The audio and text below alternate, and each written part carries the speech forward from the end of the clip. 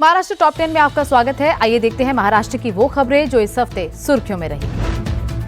महाराष्ट्र के 56 लाख किसानों को फडणवीस सरकार ने बड़ी सौगात दी है। सरकार ने 36,585 करोड़ रुपए के ऐतिहासिक कर्ज माफी योजना का ऐलान किया।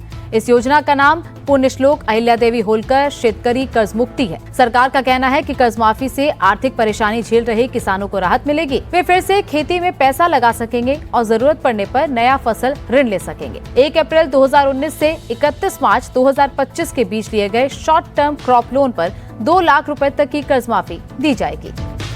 जे शेतकरी कर्ज घेऊन नियमित परतफेड करतात अशा शेतकऱ्यांना प्रोत्साहन देण्याच्या हेतूने नियमित कर्ज परतफेड केलेली असल्यास अशा पात्र शेतकऱ्यांना 50,000 रुपयापर्यंत प्रोत्साहनपर लाभ देण्यात येईल।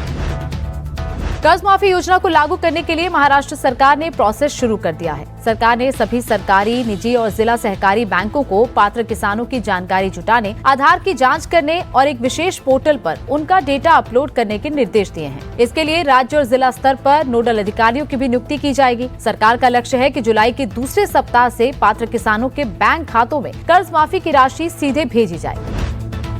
महाराष्ट्र सरकार ने महिलाओं को किसानों का दर्जा देने के लिए ऐतिहासिक कदम उठाया है। फडणवीस कैबिनेट ने महाराष्ट्र महिला किसान सशक्तिकरण विधेयक 2026 के ड्राफ्ट को मंजूरी दे दी है। इस विधेयक को मानसून सत्र में ही पेश किया जाएगा। इस योजना के तहत जिन महिलाओं के नाम पर जमीन नहीं है और वो खेती या उससे जुड़े काम करती हैं, उन्हें महिला किसान सर्टिफिकेट दिया जाएगा। डेयरी, मछली पालन, बटाईदारी, किराएदारी और कृषि मजदूरी करने वाली महिलाएं भी इसके दायरे में आएंगी। सर्टिफिकेट की मदद से महिलाएं किसान क्रेडिट कार्ड, सरकारी सब्सिडी, फसल बीमा और लोन और अन्य कृषि योजनाओं का लाभ आसानी से ले सकेंगी। दिल्ली मुंबई एक्सप्रेसवे का वडोदरा मुंबई वाला हिस्सा 31 अगस्त तक शुरू हो सकता है। मुख्यमंत्री देवेंद्र फडणवीस ने एक्सप्रेसवे का निरीक्षण किया और चल रहे काम को लेकर अपडेट लिया। आपको बता दें कि 8 लेन वाला एक्सप्रेसवे करीब 1400 किलोमीटर लंबा है। इसके बनने से सफर लगभग 8 घंटे से घटकर 4 घंटे रह जाएगा। इसके साथ ही नवी मुंबई के जवाहरलाल नेहरू पोर्ट तक सीधी सड़क कनेक्टिविटी मिलने से सामान ढुलाई भी जल्दी और सस्ती हो जाएगी। मुख्यमंत्री देवेंद्र फडणवीस ने पुणे में सारथी संस्था का दौरा किया और वहां चल रही योजनाओं की समीक्षा की। महाराष्ट्र सरकार द्वारा चल रही सारथी संस्था मराठा समाज के युवाओं की पढ़ाई और करियर में मदद करती है। सीएम फडणवीस ने बताया कि अब तक सारथी के जरिए 140 युवाओं ने यूपीएससी, 1124 ने एमपीएससी और 500 से ज्यादा युवाओं ने बैंकिंग क्षेत्र में सफलता हासिल की है। मुख्यमंत्री देवेंद्र फडणवीस ने पंढरपुर तीर्थ क्षेत्र के विकास को लेकर एक हाई लेवल मीटिंग की, जिसमें उप मुख्यमंत्री सुनेत्रा पवार और उप मुख्यमंत्री एकनाथ शिंदे मौजूद रहे। पंढरपुर तीर्थ क्षेत्र के विकास में करीब 3,994 करोड़ रुपए खर्च किए जाएंगे। इसमें विट्ठल रुक्मिणी मंदिर परिसर, मंदिर कॉरिडोर, चंद्रभागा घाट और श्रद्धालुओं को मिलने वाली सुविधाओं का विकास किया जाएगा। महाराष्ट्र में नक्सलवाद के खिलाफ जीरो टॉलरेंस नीति के तहत गढ़चिरौली में सुरक्षा बलों को बड़ी कामयाबी मिली है।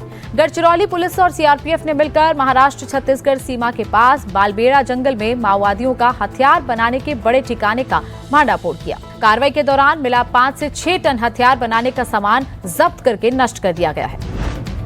नागपुर के डॉक्टर बाबा साहब अम्बेडकर इंटरनेशनल एयरपोर्ट के आधुनिकीकरण को नई रफ्तार मिली है। पीपीपी मॉडल के तहत अब इस एयरपोर्ट का संचालन जीएमआर ग्रुप ने संभाल लिया है। मुख्यमंत्री देवेंद्र फडणवीस ने कहा कि पहले चरण का काम 2029 तक पूरा करने का लक्ष्य रखा गया है। तो वहीं केंद्रीय मंत्री नितिन गडकरी ने कहा कि इससे मध्य भारत में निवेश, उद्योग और रोजगार के नए अवसर बढ़ेंगे।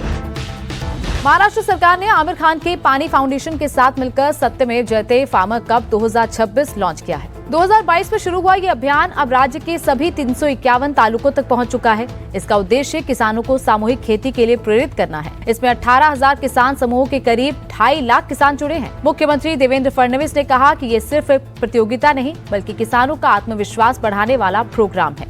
पिछले साल इस योजना से जुड़े किसानों ने सोयाबीन, कपास और मक्का की पैदावार में करीब 71% तक बढ़ोतरी दर्ज की थी। एल नीनो की संभावना को देखते हुए महाराष्ट्र सरकार ने पानी बचाने की तैयारियां तेज कर दी हैं। मुख्यमंत्री देवेंद्र फडणवीस ने अधिकारियों को निर्देश दिए हैं कि जो वाटर कंजर्वेशन के काम जल्दी पूरे हो सकते हैं, पहले उन्हें किया जाए। सीएम फडणवीस ने कहा कि राज्य में खराब पड़े कोल्हापुरी बंधारों की मरम्मत के लिए विशेष अभियान चलाया जाए। सरकार ने कहा कि नई योजनाओं से पहले पुराने और खराब कामों की मरम्मत को प्राथमिकता दी जाए।